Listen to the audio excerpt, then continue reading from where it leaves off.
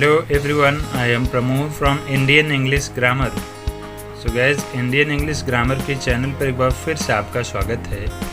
और जैसा कि आप देख पा रहे हैं कि नरेशन में डे 9 के वीडियो में आज मैं लेकर आया हूं आपके लिए इम्परेटिव सेंटेंस, राइट। और गाइज याद रखें कि इम्परेटिव सेंटेंस का आज मैं आपको एक ऐसा सॉल्यूशन देने वाला हूं कि जीवन में आपके सामने कभी भी कोई इम्परेटिव सेंटेंस आ जाएगा, उसका डायरेक्ट से इनडायरेक्ट आप बिल्कुल इजी स्टेप से बना सकते हैं और यह आपके लिए हमेशा के लिए छुट्टी कर देगा। चाहे आप किसी क्लास का डायरेक्ट से इनडायरेक्ट बना रहे हैं या फिर आप किसी कंपटीशन के लिए तैयारी कर रहे हैं, वहाँ पे भी यह आपके लिए 100% हेल्पफुल होगा, राइट। तो कुछ चीज़ें हैं जो विशेष रूप से आपको इस वीडियो में समझना है और उसके बाद में इम्परेटिव सेंटेंस में बिल्कुल सारी समस्याओं का सॉल्यूशन आपको मिल जाएगा, राइट। तो सबसे पहले गाइस इस पॉइंट को हम देखेंगे। आप याद रखिएगा कि इम्परेटिव सेंटेंस का मतलब ही होता है request, order, pray, command, advice या फिर जो है सजेस्ट। कहने का मतलब ये हुआ गाइस कि अगर आपको कोई भी सेंटेंस दुनिया का ऐसा मिलता है जिसमें अगर आपको ये दिखाई दे रहा है कि सेंटेंस के भाव से पता चल रहा है कि यह रिक्वेस्ट है या फिर ऑर्डर है या फिर प्रे है या फिर कमांड है या एडवाइस है या फिर सजेशन है, तो इसका मतलब वह जो सेंटेंस है वो आपका इम्परेटिव सेंटेंस कहा जाता है, राइट। डायरेक्ट और इनडायरेक्ट की बात कर रहा हूँ, मतलब कि नरेशन में, राइट। अब याद रखिए अगर ऐसा कोई सेंटेंस आपके सामने आता है तो उसमें हमें कुछ पॉइंट्स को विशेष रूप से ध्यान देना है। जैसा कि हम पहले से जानते हैं कि अगर हमारा डायरेक्ट स्पीच का जो रिपोर्टिंग वर्ब होता है, मतलब कॉमा के बाहर वाला जो चीज़ होता है, इन्वर्टेड कॉमा के बाहर वाली, उस सेंटेंस में यदि आपका वर्ब से है, सेज है या सैड है, तो आपका ये जो वर्ब होता है डायरेक्ट से इनडायरेक्ट बनाते समय क्या चेंज हो जाता है, से का टेल हो जाता है, सेज का टेल्स हो जाता है और सैड का टोल्ड हो जाता है।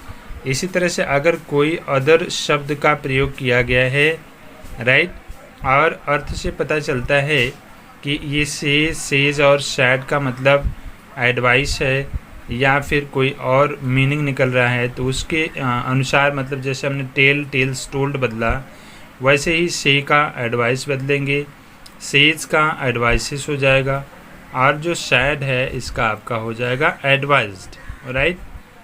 अब हम आगे आपको यहाँ पे ये पॉइंट्स बताने वाले हैं। याद रखना बहुत ही इम्पॉर्टेंट पॉइंट है और ये आपको आना चाहिए। अगर आपको ये चीज़ें आती हैं तो 100% आपको इम्परेटिव सेंटेंस की डायरेक्ट से इनडायरेक्ट बनाते समय आपको जीवन में कभी भी कोई प्रॉब्लम नहीं आएगी। बस एक बार आप इन्हें अच्छे ढंग से समझ लीजिए, राइट। जैसे ये चीज़ें तो हम ऑलरेडी जानते हैं कि जब भी हमारा सेज, सैड होता है तो वो अगर जनरल बातें हैं, मतलब किसी जनरल व्यक्ति ने बोला है इन शब्दों को लगा करके, तो उनका जो है इनडायरेक्ट में से का टेल, सेज का टेल्स और सैड का टोल्ड हो जाता है, राइट। लेकिन जो आपका रिपोर्टिंग स्पीच होता है, कहने का मतलब जैसे यहाँ पे एक रिपोर्टिंग स्पीच है आपका जो इन्वर्टेड कॉमा के अंदर है, राइट। अगर इसमें इस से, सेज और सैड के हिसाब से ऐसा लग रहा है कि यह कोई ऑर्डर है या फिर कोई एडवाइस है या फिर कोई रिक्वेस्ट है या फिर कोई कमांड है, तो हम इसको जो है क्या करेंगे, से है तो मान लो अगर कमांड है तो हमने कमांड लिखा, राइट ना। अगर सेज है तो कमांड है अगर, तो हमने कमांड्स लिखा। अगर सैड है और ये ओवरऑल कमांड ही है, सेंटेंस से पता चल रहा है, तो हम इसका कमांडेड बना देंगे, राइट। तो ये कैसे समझना है वो चीज़ें मैं आपको समझा रहा हूँ अभी आगे। आइए हम इसके हिसाब से एग्जाम्पल को देखेंगे और एग्जाम्पल के सबसे पहले हम इन सभी का मीनिंग जान लें।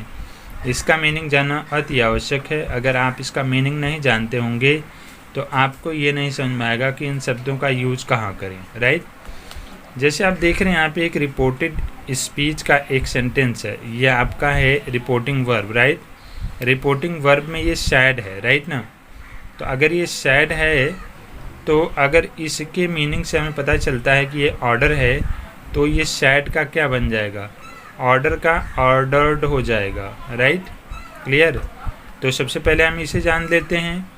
आप याद रखें और चाहें तो वीडियो को पॉज करके इन्हें नोट भी कर सकते हैं। जैसे इम्प्लोर का मतलब होता है इम्प्लोर, ये लिखा हुआ ना इम्प्लोर, तो इम्प्लोर का मतलब होता है विनती करना या फिर प्रार्थना करना, ठीक है, नोट कर लेना। वार्न का मतलब होता है चेतावनी देना, ठीक है। और जो रिक्वेस्ट होता है, इस रिक्वेस्ट का मतलब होता है प्रार्थना करना या विनती करना। कहने का मतलब जो रिक्वेस्ट है और इम्प्लोर है, इसमें बहुत ज़्यादा डिफरेंस नहीं है, बस आपको चेंज करना है हल्का सा। और मैं आपको अभी एक और तरीके से समझाऊंगा इसे, राइट। आप खुद भी समझने की कोशिश करो कि रिक्वेस्ट का मतलब हाथ जोड़ करके आदमी रिक्वेस्ट करता है और इम्प्लोर का भी मतलब हाथ जोड़ के ही कर सकता है। तो अगर आपको लग रहा है तो आप चाहें तो इम्प्लोर को भी सेट कर सकते हैं, रिक्वेस्ट का भी यूज कर सकते हैं, इससे कोई प्रॉब्लम आपको विशेष नहीं होने वाली, राइट। आगे आते हैं ऑर्डर। ऑर्डर का मतलब होता है गाइस आज्ञा देना। अब आप ध्यान देना कि आज्ञा देना का मतलब जैसे कोई आज्ञा मांगा था पहले से, अब आपने आज्ञा दिया है तो उसे हम ऑर्डर कहेंगे, राइट। और अगर हम बात करें कमांड की, तो कमांड का मतलब है आदेश देना। मतलब किसी ने मांगा नहीं था, आपने डायरेक्टली कमांड किया है, आदेश दिया है, राइट। काबू रखने के लिए कोई टीम है या कोई मान लो सोल्डरों का समूह है और उस पर आप कमांड रखने के लिए, आज्ञा मतलब काबू रखने के लिए, अधिकार रखने के लिए आप कमांड करते हैं, ठीक है। तो इस तरह से ऑर्डर और कमांड में ये दोनों डिफरेंस हो जाएगा। ऑर्डर भी मतलब भी आज्ञा देना और इसका मतलब आदेश देना, राइट। शब्दों से भी अर्थ का डिफरेंस आप क्लियर कर सकते हैं, ठीक। ये समझना बहुत ही आवश्यक, अगर इसे नहीं समझेंगे तो आगे आप कोई चीज़ें नहीं समझ पाएंगे, राइट। यहाँ पे है आपका बेग। तो बेग का मतलब होता है भीख मांगना या भिक्षा मांगना कह सकते हैं, राइट। और ये है आपका इंट्रीट। इंट्रीट का मतलब होता है गाइस प्रार्थना करना किसी वस्तु की मांग करने के लिए, राइट। तो आप यहाँ पे चाहें तो ज़रूरत के अनुसार इंट्रीट का भी यूज कर सकते हैं, लेकिन जो आपका रिपोर्टेड स्पीच है उसकी मीनिंग के अनुसार, अभी मैं आपको समझाऊंगा क्या मीनिंग की बात मैं बार बार कर रहा हूँ, उसे अभी मैं समझाऊंगा, ठीक है। बाकी इधर अगर आप मीनिंग लिखना चाहें तो ये लिख सकते हैं। और यहाँ पे आपका एडवाइस, राइट। तो एडवाइस का मतलब होता है गाइस सलाह देना, राइट। थ्रेटन का मतलब होता है धमकी देना। अर्ज का मतलब होता है विनती करना, राइट। अर्ज का मतलब होता है विनती करना। और ये जो परस्यूड यहाँ पे लिखा हुआ है, इसका मतलब होता है विश्वास दिलाना या जैसे किसी को फुसलाने की बात करी जा रही है, राइट। तो गाइस इन सभी का हिंदी आपने नोट कर लिया। अब आइए हम आपको समझाएंगे कि इसके एग्जाम्पल्स जो हैं उसके बेस पर हम इनको कैसे समझेंगे। जैसे कि आप ऑलरेडी जनरल रूल्स तो आप जानते ही हैं कि जनरल रूल्स में किस तरह से टेंस का जो है रिपोर्टिंग वर्ब चेंज होता है, और ये जो आपका रिपोर्टेड स्पीच होता है इसका टेंस किस तरह से चेंज होता है, राइट। अगर आप इसे नहीं जानते हैं तो आप पीछे की वीडियो को देख सकते हैं और उसमें आपको ये पता चल जाएगा कि कैसे हम नरेशन में टेंस को चेंज करते हैं, राइट। तो ये चीज़ें आपकी क्लियर हो जाएंगी। बाकी आइए हम समझते हैं कि कहाँ रिक्वेस्ट है, कहाँ पे क्या है, राइट। तो गाइस एक चीज़ें तो आप समझ लीजिए, जैसे मान लो एग्जांपल, एक physician sad, the physician sad walk in the morning. Guys मैं आपको टोटल 7 एग्जांपल दूंगा जिससे आपको सारी चीज़ें क्लियर हो जाएंगी, ठीक है। और कहाँ पे रिक्वेस्ट, कहाँ पे ऑर्डर, कहाँ पे वार्न, कहाँ पे कमांड कैसे लगेगा वो भी चीज़ें क्लियर हो जाएंगी, ठीक है। मीनिंग भी समझ में आ जाएगा। तो ध्यान से आप इन चीज़ को समझिए ज़रा सा और ध्यान दीजिए, ठीक है। तो जैसे डायरेक्ट स्पीच है, इसका एक सेंटेंस है यहाँ पे कि the physician sad walk in the morning. अब ध्यान से देखिए, जो फिजिशियन है, कहने का मतलब ये डॉक्टर है ना, एक प्रकार का एक फिजिशियन है ना, एक ओवरऑल क्या है जो इलाज करता है वो है ना, तो उसने सैड कहा है, तो सैड लगा है, तो इसका मतलब चाहे रिक्वेस्ट है चाहे ये ऑर्डर है तो उसका जो है थर्ड फॉर्म लगेगा, कहने का मतलब सेकेंड फॉर्म भी कर सकते हैं, ठीक है ना। तो यहाँ पे एडवाइस्ड हो गया। एडवाइस्ड क्यों हुआ इस सैड का, बस आपको ये समझना है ना इनडायरेक्ट में। तो गाइस क्यों हो गया, क्योंकि फिजिशियन एक रोगी को एडवाइस ही तो देगा ना कि वॉक इन द मॉर्निंग, सुबह सुबह टहला करो या सुबह सुबह टहलिए, राइट। तो ये सुबह सुबह टहलिए एक फिजिशियन अगर बोल रहा है तो वो क्या कर रहा है, एडवाइस ही दे रहा है। मतलब वो आपको सलाह दे रहा है, आपको लग रहा है, इससे मीनिंग समझ में आ रहा होगा कि ये सलाह दे रहा है, राइट।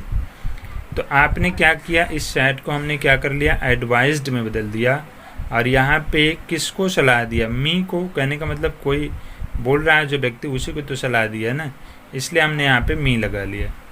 तो इतना करने के बाद में गाइज हमेशा हम टू लगा करके बाकी जो रिपोर्टेड स्पीच है इसे हम आगे रखेंगे।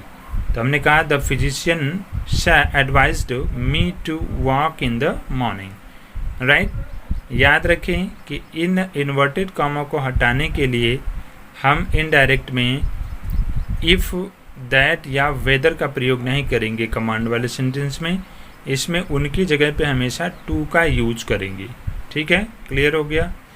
ये बात तो आपको 100% क्लियर हो गई। और एडवाइज्ड का प्रयोग कब होगा ये चीज़ें भी आपने समझ ली है, राइट। अगले एग्जाम्पल में हम आपको बताने वाले हैं कि कमांडेड का यूज़ कब होगा। तो कमांडेड का यूज़ वाला एक सेंटेंस यहाँ पे इसे ये देख लेते हैं और इसे समझते हैं, राइट। अब जैसे यही सेंटेंस है तो डायरेक्ट स्पीच में क्या बोला जा रहा है, the captain said to the players. एक टीम का कैप्टन है और अपने प्लेयरों से बोलता है, the captain said to players, right. तो सैड टू प्लेयर्स क्या बोला, यहाँ रिपोर्टेड स्पीच को देखेंगे कि प्ले केयरफुली, ध्यानपूर्वक खेलो, राइट ना। तो एक कैप्टन जो होता है गाइज वो अपने टीम के मेंबरों को क्या कर रहा है, कमांड कर रहा है, उन पर क्या कर रहा है, अधिकार पाने के लिए वो कमांड कर रहा है, राइट ना। तो इसलिए हमने यहाँ पे कमांडेड का यूज़ किया। जैसे कि आपको ऊपर बताया गया कि अगर सैड है तो उसका सेकेंड या थर्ड फॉर्म वर्ब में चेंज करेंगे, रिक्वेस्ट, ऑर्डर, एडवाइस या कमांड के हिसाब से। तो इसमें हमने क्या कर लिया, कमांडेड कर लिया, ठीक है। जब हमने कमांडेड कर लिया तो उसके बाद में द प्लेयर्स लगाया और इसको जोड़ने के लिए या इन्वर्टेड कॉमा को हटाने के लिए हमने टू का प्रयोग किया। और यहाँ पे क्या है, प्ले केयरफुली। तो इससे हमें पता चलना चाहिए, और ये जो बोलने वाला है उससे भी हमें पता चलना चाहिए कि ये जो सेंटेंस है यहाँ पे यह क्या है, आखिर ऑर्डर है या एडवाइस है या क्या है, कमांड है, रिक्वेस्ट है, अर्ज है या वार्निंग है।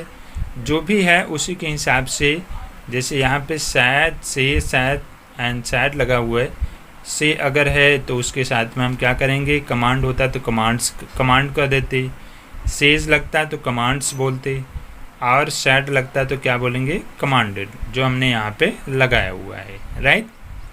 आइए नेक्स्ट सेंटेंस को लेते हैं गाइस, और इसमें हम आपको यह दिखाएंगे कि आस्केड का प्रयोग कब हो रहा है, ठीक है। आस्केड वालों को समझ लेते हैं।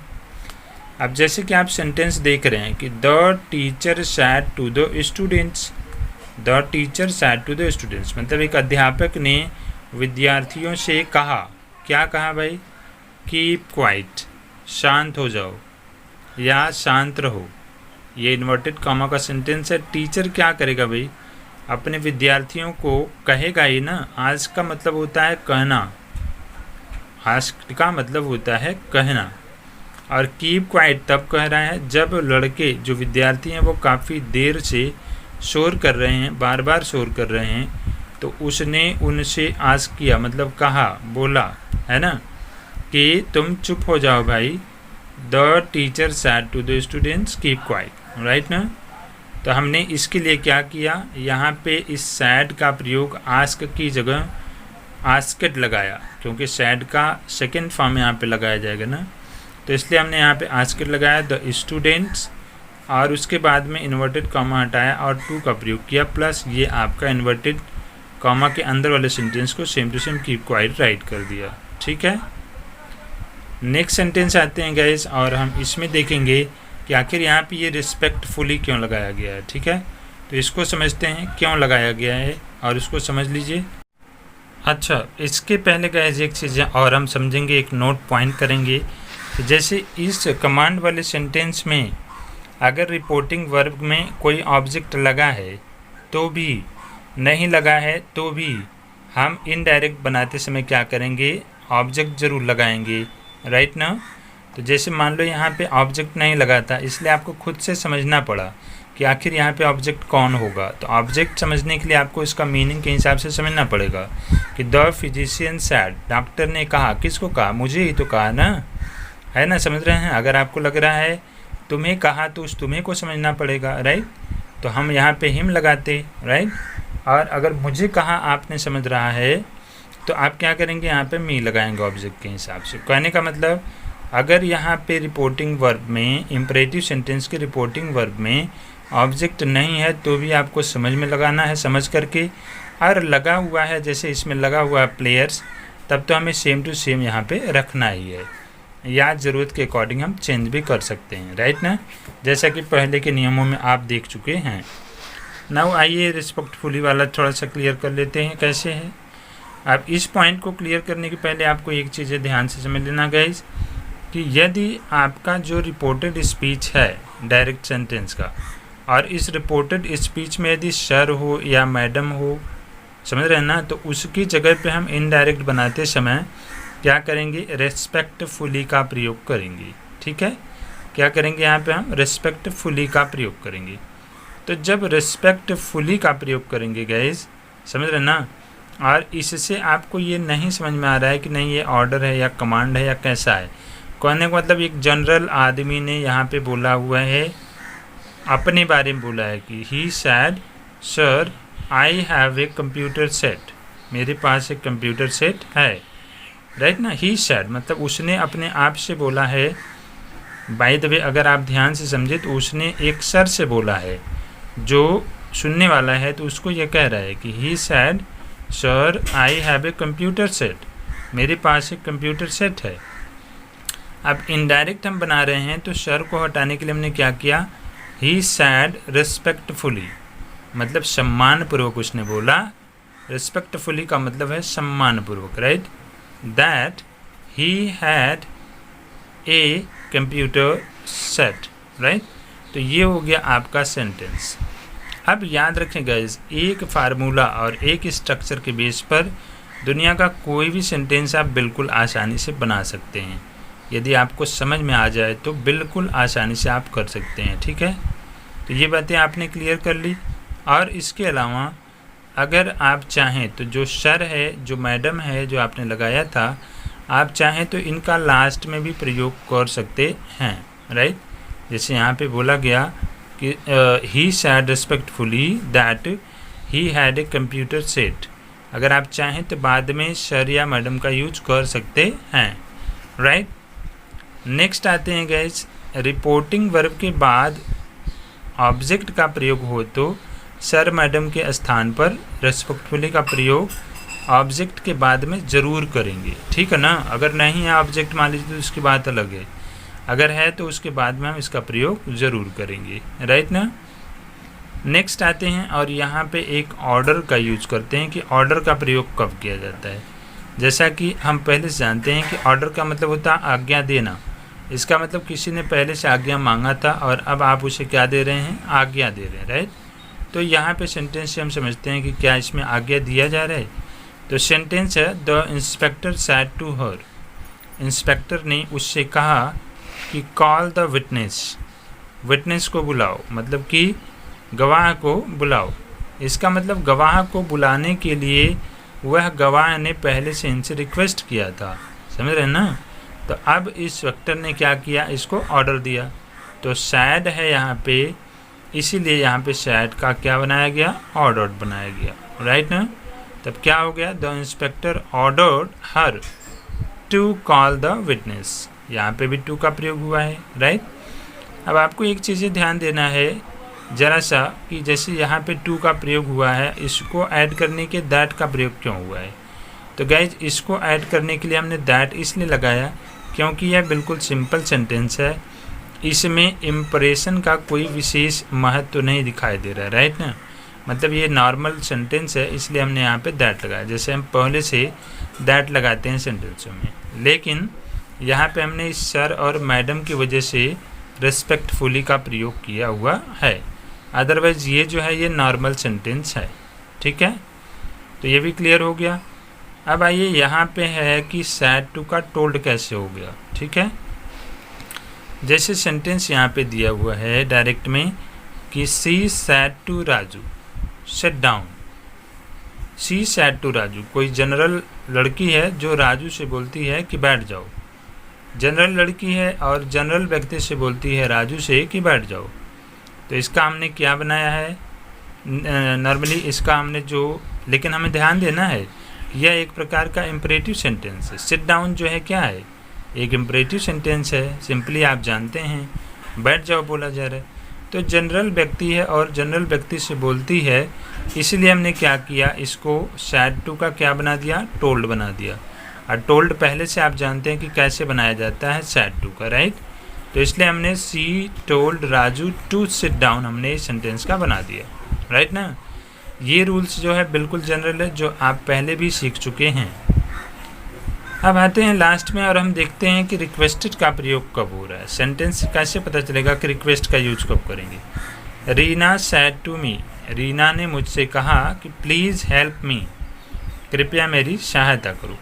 तो ये कृपया कह रही है, कृपया कह रही है मतलब उसने कृपया कहा है, इसीलिए हमने देखा कि कृपया कहने का मतलब तो भाई कहीं ना कहीं निवेदन ही है। तो निवेदन के हिसाब से हमने इस सैड टू को रिक्वेस्टेड में चेंज कर दिया, ठीक है। तो हमने कहा Reena requested me to help her, right. तो गाइस ये टोटल के टोटल आपकी 7 एग्जाम्पल्स हैं जिनके द्वारा आने वाले इम्परेटिव सेंटेंस को, दुनिया का कोई भी सेंटेंस हो, उसे बिल्कुल आसानी से आप जो है डायरेक्ट से इनडायरेक्ट में बना सकते हैं। बाकी कुछ विशेष पॉइंट्स जो है आप नोट कर लीजिए। जैसे कि हमने आपको पहले से बताया कि जब भी ये चीज़ें रहें से सैड, तो उसके हिसाब से ये चेंज हो जाएगा। ऐसे 2 एग्जाम्पल मैंने दिया हुआ है। जैसे टेल अगर बदल रहे हैं तो से का टेल हो जाएगा, सेज का टेल्स हो जाएगा, सैड का टोल हो जाएगा। एडवाइस मान लो है तो एडवाइस, एडवाइसिस और एडवाइस्ड हो जाएगा। इसी तरह से कोई और शब्द है, जैसे मान लो थ्रीटेन है तो थ्रीट, थ्रीट्स एंड थ्रीटेन हो जाएगा, ठीक है ना। इस तरह से ये चेंज होता रहेगा। अब हमें क्या करना है गाइस, कुछ विशेष पॉइंट जैसे मान लीजिए, जिसे आप चाहें तो नोट कर सकते हैं। जैसे इन्वर्टेड कामा को हटा करके यहाँ पे हम विशेष रूप से टू का प्रयोग कर रहे हैं। विशेष पॉइंट्स इसे नोट कर लीजिए करना चाहें तो, ठीक है ना। इम्परेटिव सेंटेंस में इन्वर्टेड कामा को हटाकर टू का प्रयोग करते हैं। दैट, इफ़ या वेदर का प्रयोग नहीं करते हैं। इन्वर्टेड कामा के भीतर संबोधन के रूप में नाउन का प्रयोग हो, अगर संबोधन के रूप में अगर नाउन का प्रयोग है, समझ रहे हैं ना, तब हम क्या करेंगे तो उसे रिपोर्टिंग वर्ब का ऑब्जेक्ट बना देते हैं, ठीक है। अब आगे बढ़ते हैं, एक और पॉइंट याद करते हैं। जैसे रिपोर्टिंग वर्ब के बाद ऑब्जेक्ट का प्रयोग रहे या न रहे, लेकिन इनडायरेक्ट स्पीच में रिपोर्टिंग वर्ब के बाद ऑब्जेक्ट का प्रयोग अवश्य करना चाहिए, ओके। अगला है, आपको ध्यान देना है कि जैसे प्लीज़, काइंडली, सर, मैडम वगैरह लगा होता है, तो आपको पता है जैसे मान लीजिए हमने यहाँ पे प्लीज़ को हटा दिया, तो ऐसे शब्दों को हम क्या करते हैं, हटा देते हैं। प्लीज़ को हटाया गया है ना, तो ऐसे शब्दों को हम हटा देते हैं, ठीक है। अगर सर मैडम के स्थान पर रिस्पेक्टफुली का प्रयोग रिपोर्टिंग वर्ब के बाद करना है, तो आपको ध्यान देना है कि सर मैडम यहाँ पे लगा होना चाहिए रिपोर्टेड स्पीच में, राइट ना। तभी आप जो है रिस्पेक्टफुली का प्रयोग कर सकते हैं। और इसके अलावा अर्थ के अनुसार रिपोर्टिंग वर्ब में जो है सर मैडम को बदला जा सकता है। अगर आप चाहें तो इन्हें रिपोर्टेड स्पीच के अंत में भी रख सकते हैं, ठीक है। रिपोर्टिंग वर्ब के बाद यदि ऑब्जेक्ट का प्रयोग हो, तब तो हम सर मैडम के स्थान पर रिस्पेक्टफुली का प्रयोग ऑब्जेक्ट के बाद भी कर सकते हैं। अगर ज़रूरत आपको लगती है, आपको लग रहा है कि जनरल रूल से काम हो जाएगा, तो आप जनरल रूल्स का यूज करके, जैसे ये सेंटेंस बनाया गया, ये सेंटेंस बनाया गया, उसका यूज करके आप काम कर सकते हैं। बाकी अगर आपका इन्वर्टेड कॉमा के अंदर वाले सेंटेंसों से और पूरे सेंटेंस से डायरेक्ट से यह पता चलता है कि यह ऑर्डर है, रिक्वेस्ट है, कमांड है, तो उसी के हिसाब से हम इसे और भी चेंज करके आगे काम करते हैं, राइट। तो गाइस आज की वीडियो में बस इतना ही। याद रखें कि अगर आप डेली पढ़ाई करना चाहें तो आप हमारे साथ जुड़ें और नीचे दिए गए रेड कलर के बटन सब्सक्राइब को क्लिक करें, बिल्कुल फ्री है सब्सक्रिप्शन अभी, और बेल आइकन को भी प्रेस करें और आप कंटिन्यू पढ़ाई करें। डेली कुछ न कुछ विशेष आपको दिया जाता रहेगा। मिलते हैं नेक्स्ट वीडियो में गाइस कुछ नई चीज़ों के साथ में। तब तक के लिए thank you, have a nice day, bye bye.